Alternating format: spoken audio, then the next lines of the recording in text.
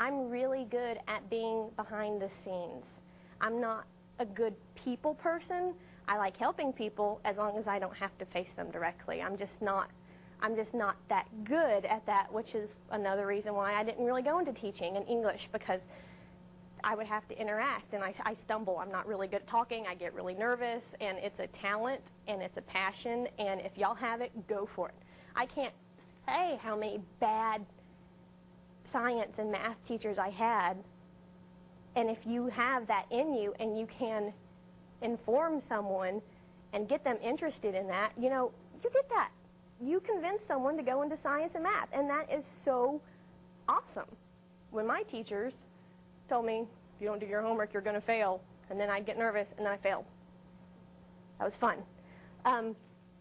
Something else that you need to remember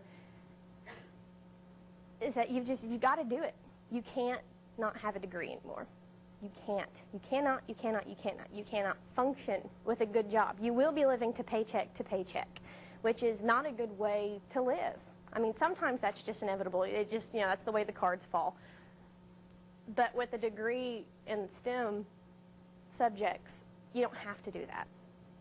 And that's something that is a luxury. And you can get a doctorate degree easy. Well, not easy. I can't say that. I don't have a PhD. But there's so many fields you can go into with this, and you can pick whatever you want. Lots of subjects are interdisciplinary. In geology, you've got to know physics, you've got to know math, you've got to know chemistry, you've got to know biology, all these things that you need to be familiar with from high school. So, yeah, take classes, go to college, and be able to say that you're Dr. whatever your last name is. When I get my PhD, I will have my mom call me Dr. Eva.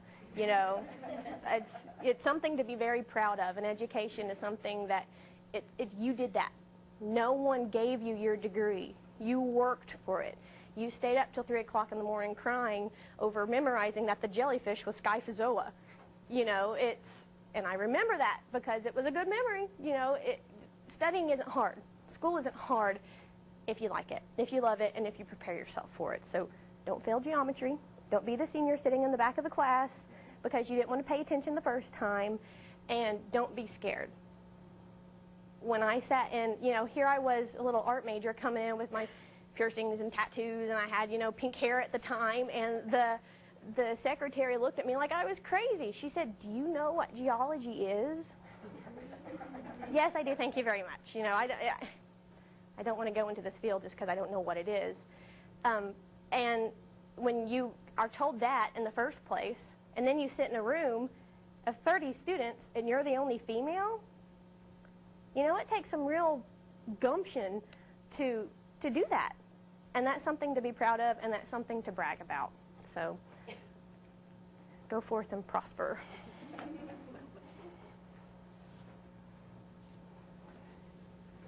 Thank you for such great information. Now we're ready to take some questions. So I hope you guys have been listening and had some things kind of cross your mind, or have some questions that you would like to ask these wonderful women. Does anybody want to go first? Okay. Ms. Page, what is the most difficult thing about your career?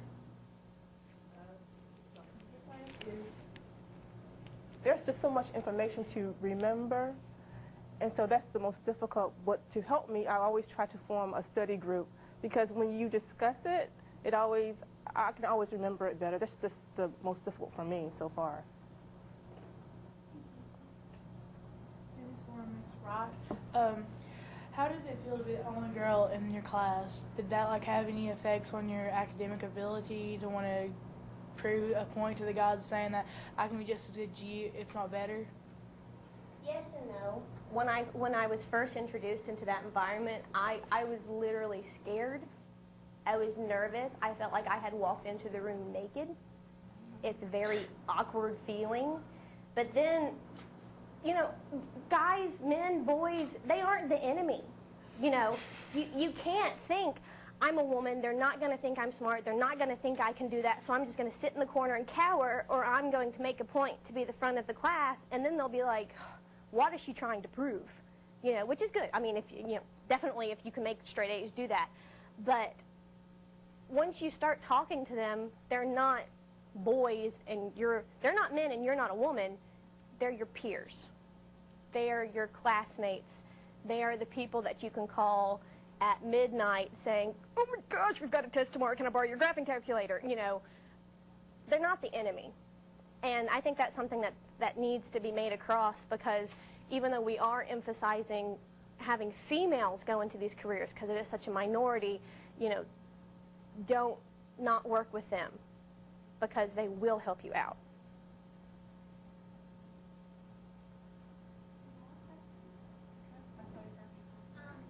Anderson, did you ever have trouble with geometry when you were in high school? Absolutely.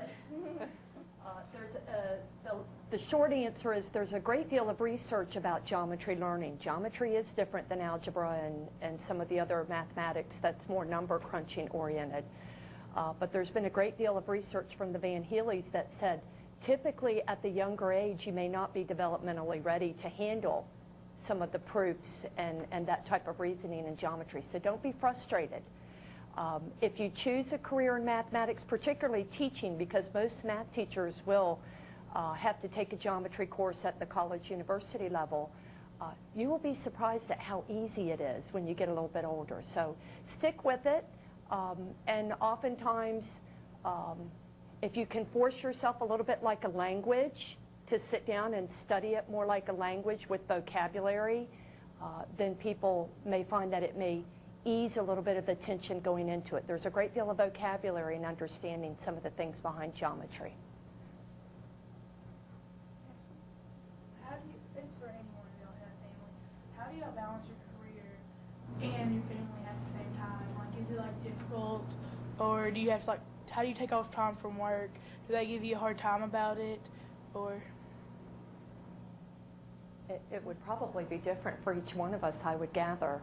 I'm a single parent, so yes, it is hard. And as a general rule, there are some advantages to getting a doctorate degree and working at a university, because in some sense you have a little bit more luxury than other types of jobs where it may be more hour and clock oriented. So one of the things I would advise everyone is get to know your colleagues, okay, the people you work with.